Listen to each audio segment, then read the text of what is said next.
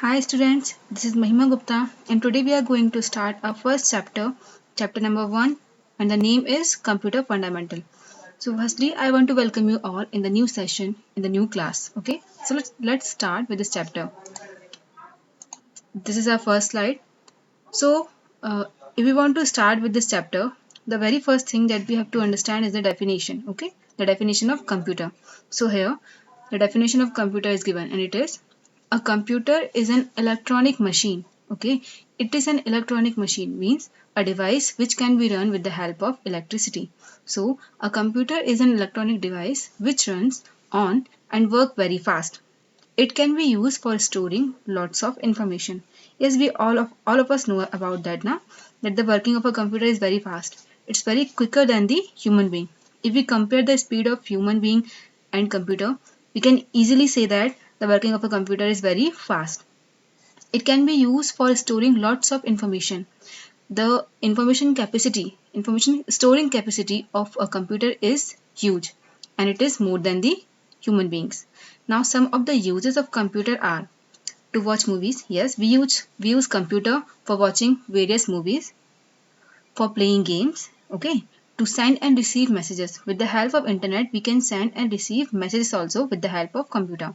For drawing pictures, with the help of MS Paint, etc. You can also draw pictures with the help of computer and many more, just like publishing, constructing, we can say. So for all these work, you can also use computer. Now our next slide, human being and computer. In this slide, we are going to compare human being and computer. So the first point is computer cannot work their own. Yes, it is very basic thing we have to understand about this chapter, that computer cannot work on their own. They need some command or instruction from human being so that they can work according to the information or command of the human being. You need to give them the right command.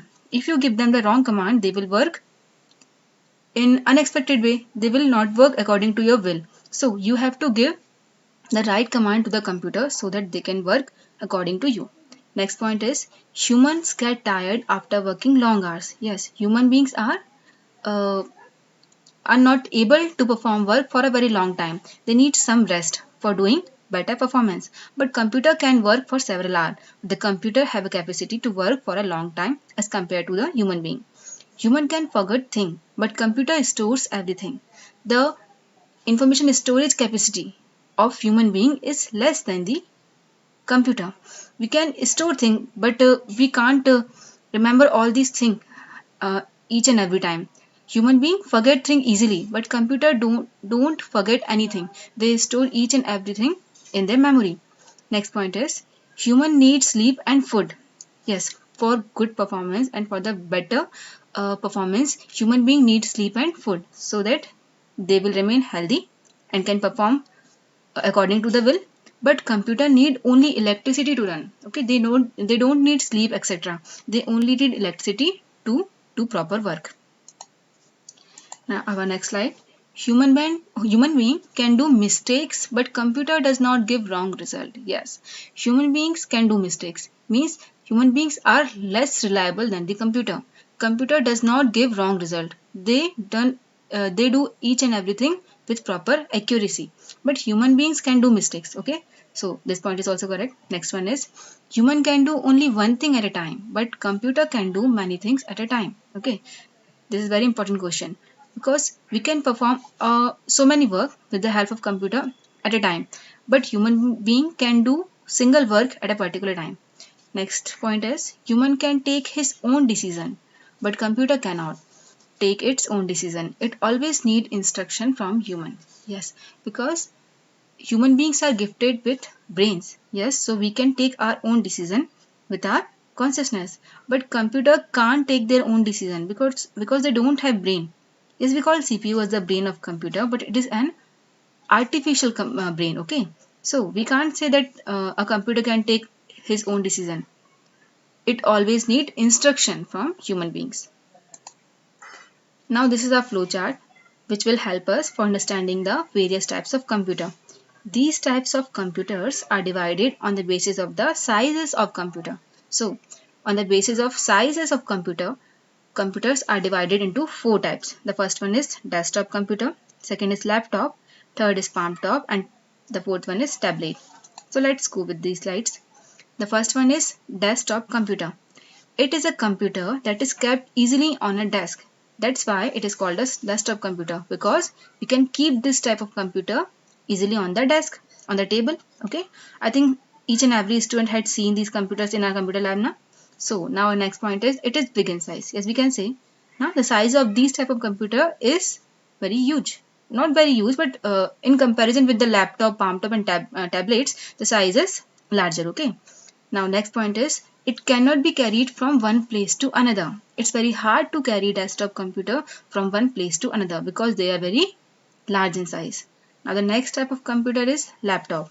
Yes, you can see in the picture now, this is a laptop. So it is a small computer that can easily be kept in a lap. Yes, we can keep it in our laps. That's why it is called as laptop. Okay. And now it can be carried easily from one place to another.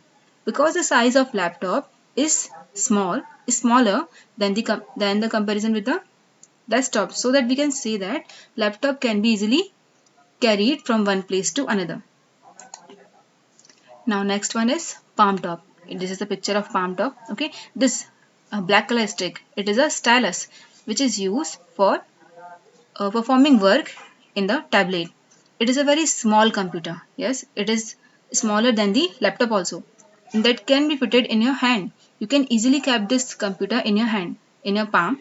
That's why it is called as palm top. It can be carried in a pocket also. They are so small that they can be kept in a pocket also. So that we can move them easily from one place to another. To carry them is much easier than the previous one. Next point is next type of computer is tablet. Tablet are also kind of a new generation computer with a wide touch screen. This is the picture of a tablet, okay? And this tablet has a wide touch screen. You can see the screen is very wide in size. So these are also kind of new generation computer. They are the modern type of computer. So this is the latest version of computer we can see. It is a slate and a feature of mobile phone and laptop. It looks like a slate in the appearance we can say, okay, and this is a combination of mobile phone and laptop. Okay, so the working of mobile phone and laptop, both the working can be performed with the help of these tablets. Now our next topic is this one, switching on and off a computer. This is the basic thing that we have to learn, that we have to understand while working with the computer, because if you don't know how to start a computer, you can't perform any of the work in the computer now. That's why it's very necessary, it's compulsory for us to learn how to start a computer. So there are some basic steps. The first one is switch on the power supply. Firstly, you have to switch on the power supply. Okay, switch on the button from the switchboard. Next step is switch on UPS. Then you have to switch on UPS so that the computer can be switched on. Third step is press the power supply button of CPU. If you look at the CPU, you can see a button in front of the CPU. So finally, after performing these two steps, you have to press the supply button of CPU. Then the last step is switch on the monitor.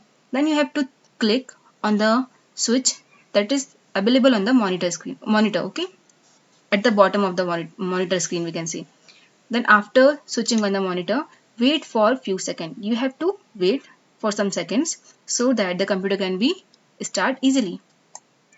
Now shutting down a computer or switch off the computer. This is also important for us. Why? Because if you had started a computer and you don't know how to close it, then it will result in wastage of electricity. That's why it is necessary to understand how to shut down a computer or switch off the computer. So there are only two steps. The first one is click the start button. When you click the start button, you will see three options there. The first one is restart, next is sleep, and the last one is shut down. So after clicking on start button, then you have to click on shutdown. So you have to click the shutdown button so that the computer can be switched off.